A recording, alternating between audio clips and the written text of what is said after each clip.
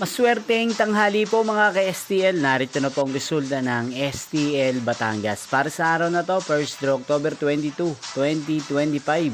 Araw ng Miyerkules. Naway ang mga natayan niyo pong mga numero kanina ay manalo nawa ngayong tanghaling ito, 12 PM. Kaya kunin niyo na po ang inyong mga ticket. Narito na po ang resulta.